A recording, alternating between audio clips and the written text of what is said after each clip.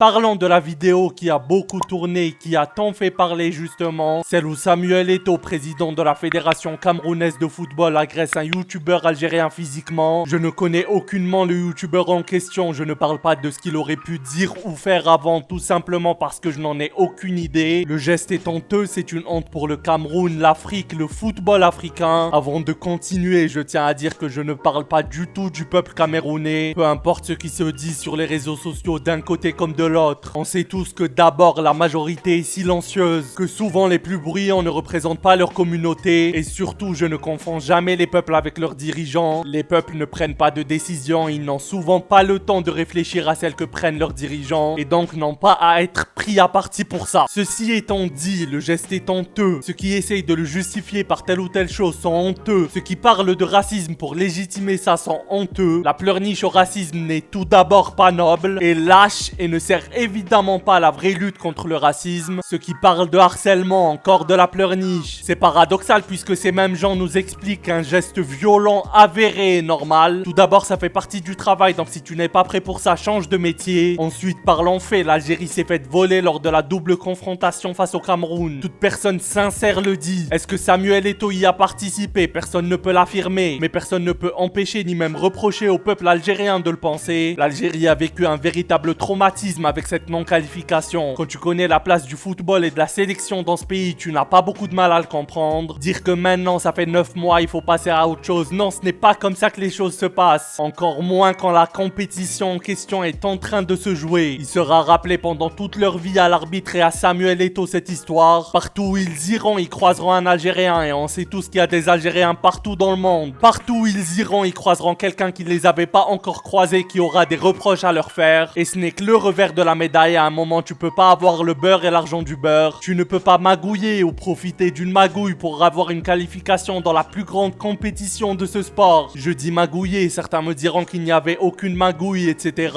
Il y avait au minimum une grande incompétence et cela est inacceptable. Tu ne peux pas profiter de cela, voire l'organiser et ne pas t'attendre au retour du bâton. J'avais énormément d'espoir en apprenant que Samuel Eto'o allait devenir président de sa fédération. Je pensais que c'était une bonne nouvelle pour le football africain, que quelqu'un comme lui qui avait connu le haut niveau allait remettre de l'ordre dans la confédération. Force est de constater qu'on est loin de ça et que si on fait le bilan au moment T, ce n'est que très peu glorieux.